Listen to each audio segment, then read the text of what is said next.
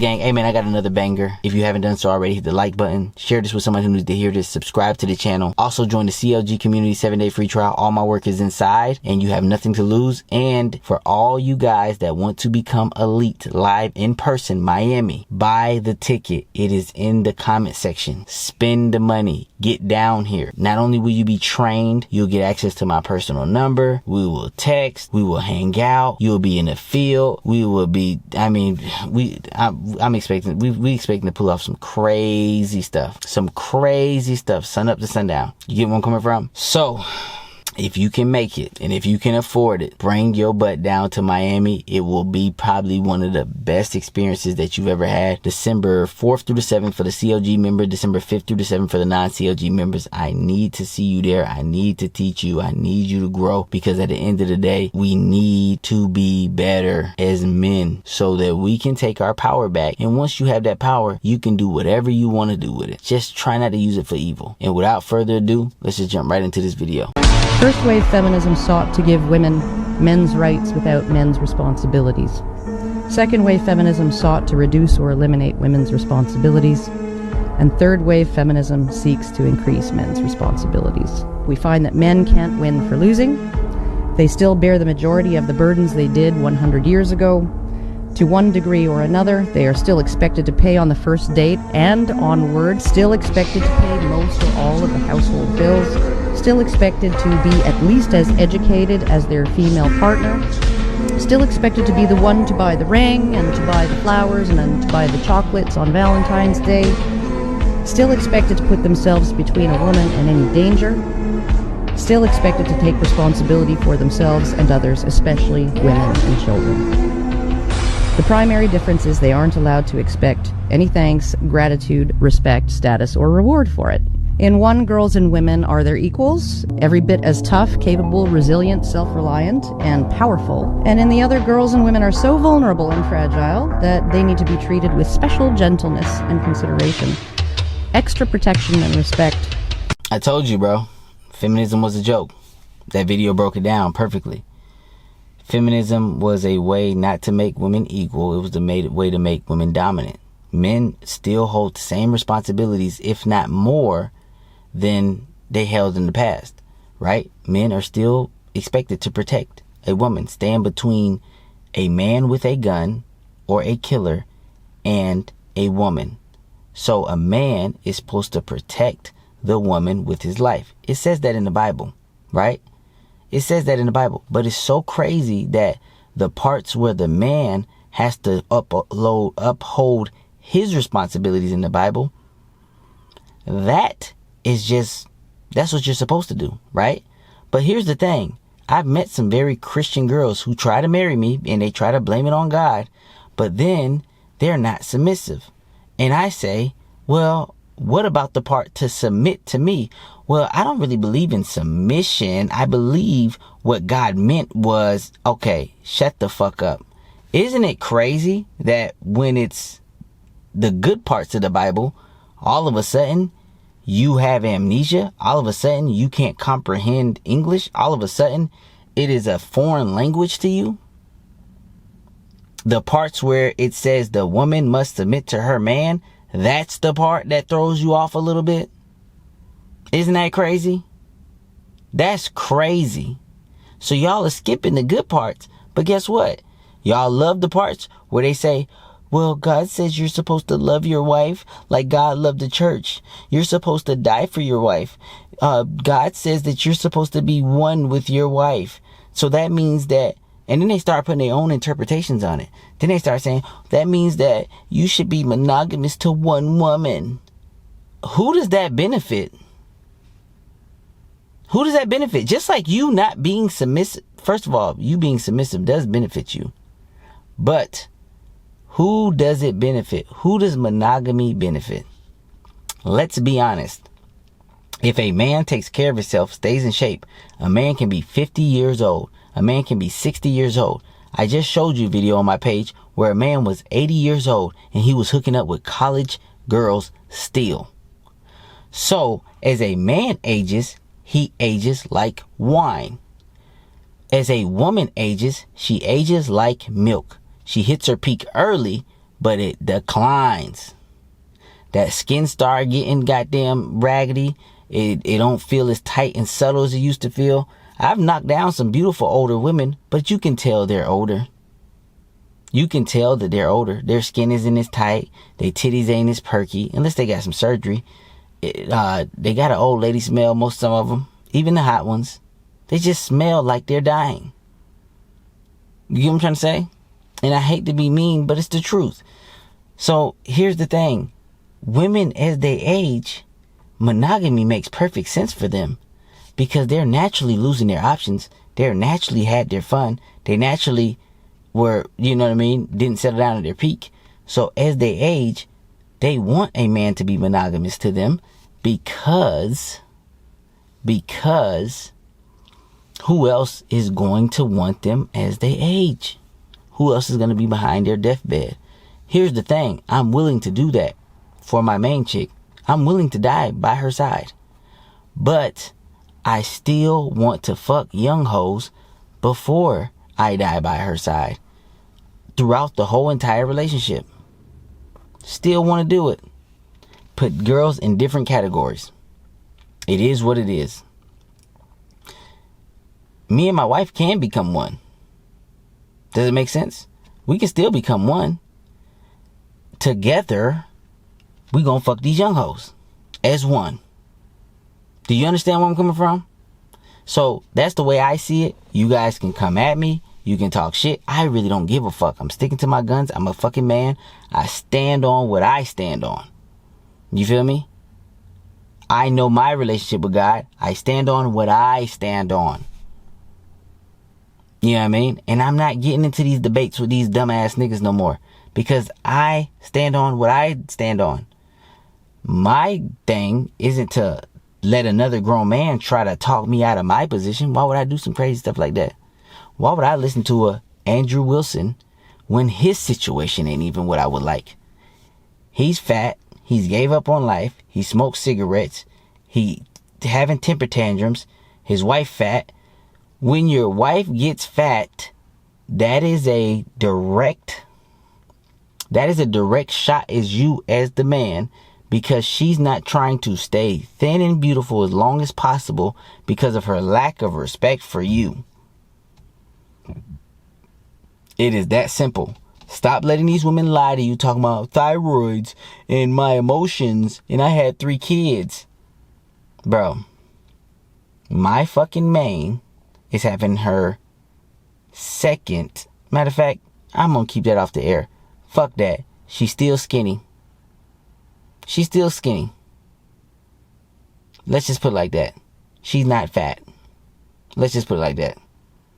She bounces back and recovers quickly. Why does she recover quickly? Because she respects her man.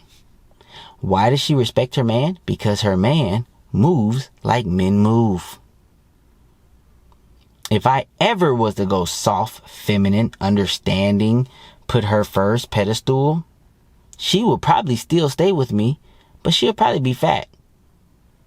She'll probably not want to put out often. She probably won't want to give me head. There's a lot of things that happen when, even if you're in the relationship. This is what I'm telling you guys. What I'm telling you guys is stop just looking at the relationship and being like, well, that feminine guy's with that woman and they've been together for 10 years. You don't know what's happening in their house. Akash is a perfect example of what's happening in marriages all around the world. Because think about the guy that would get married to a woman. Most guys know that marriage is full of shit. Most men know this. So in order for them to even marry a chick, there has to be pressure from the chick. And in order to him to succumb to that pressure, he must naturally pedestalize.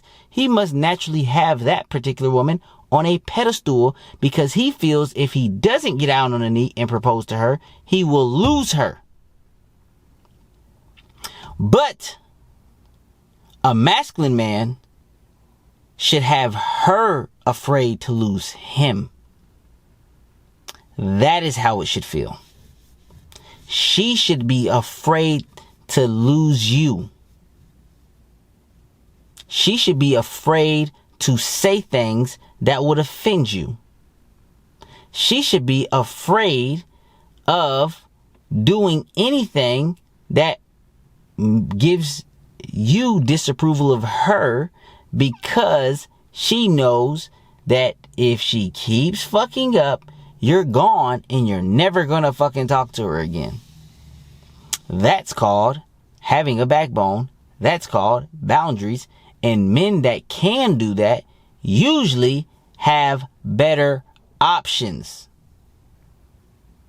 This is why I tell you CLJG is the only way. It is the only way. If you think you with your one girl is going to be able to keep that modern day feminist girl in line, you will be sadly mistaken. You're expected to be 10 times more man than even your ancestors. And in return, you're going to get 10 times less of a woman. Akash's situation with that little Indian girl is proof.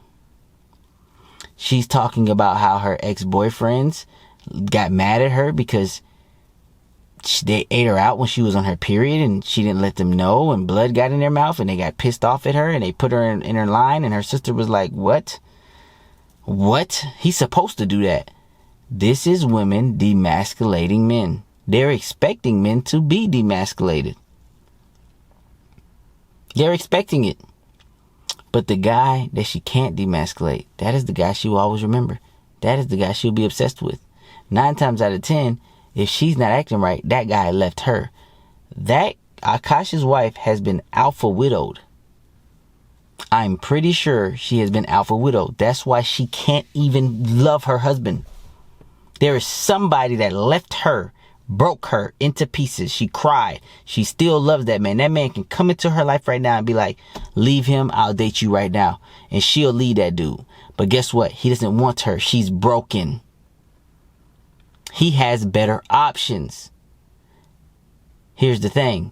Women can only respect you if she knows you have better options. I don't know how else simple I can put this. And here's the thing. The message has to keep going in some of you guys' head for it to actually sink and land. You can tell somebody something 150 times in a row, and they can be like, that's bullshit, that's bullshit, that's bullshit. And they can have real life example after real life example after real life example after real life example, and they'll ignore it and they'll ignore it and they'll ignore it until they hit a thing called rock bottom. Meaning that they're just tired of being tired. They're just sick and tired of being tired. And they want their life to change. And everybody's breaking point is different. Me, I have a very low threshold for bullshit. So my breaking point, I don't have to hit the rock bottom for it to hit. For it to sink in for me that I need to start improving. I don't have to hit the bottom of the bottom. Once I start seeing a little bit of a dip and I don't like where it's going, I get back on my grind. You know what I mean? I start seeing my belly get a little too big. I get back on my motherfucking grind. I cut back on some eating. I tell my girl, start cooking, air frying, grilled chicken for me, or air frying, chicken breast for me and rice. We're going to go back to that because I'm noticing my belly getting a little big. I'm going to cut out some of them goddamn sweets. Goddamn. I have a low threshold, meaning that I don't let it get out of hand. Other people have a very deep threshold. My homeboy has been on drugs since I've known him. Everybody keeps telling me that he won't quit drugs until he hits rock bottom. That nigga's rock bottom don't never end. That nigga done been in jail. Nigga done lost his kids. Nigga done blew up his goddamn BMW that his brother left to him when his brother died. That nigga can't pay his rent ever. The nigga, I'm like, damn, when the fuck is that nigga gonna hit rock bottom? When the fuck is he? And guess what? I was his homeboy. So I was always in his ear telling him how to change, how to get his life together, how to make money. He wasn't ready for it. He still ain't ready for it. So some people's rock bottom is infinite. They just keep losing. You never know when they're going to be like, damn, I got to get my shit together. They might reach hell before they fucking try to fucking get their shit together. That's why I keep preaching what I keep preaching. because I've seen the other side.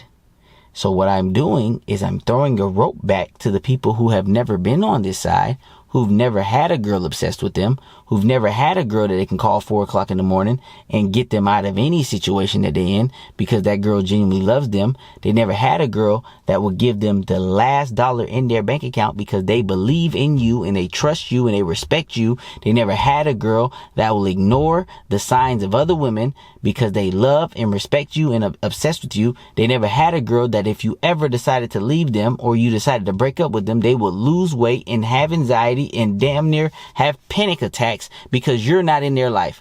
If you've never had that, you need the CLG. Now, with that being said, what I will tell you is don't use it for evil. Don't. The girls that are obsessed with me, I don't want them to have panic attacks. I don't want them to fucking lose weight. I don't want them to suffer. But here's the thing. I understand that comes with it if you start getting too disrespectful. If the disrespect is too high, I understand that that's going to be a part of it. Me leaving you and you going through all that mental shit because you don't really fucking respect me like I need you to. I understand that you going through that mental shit is worth it. That's your punishment for disrespecting me. I don't got to put my hands on you. I don't got to do none of that bullshit. I ain't even got to fucking yell at you. All I need to do is leave. Well, in my situation, get the fuck out. This is my shit, nigga. Get your ass out of here.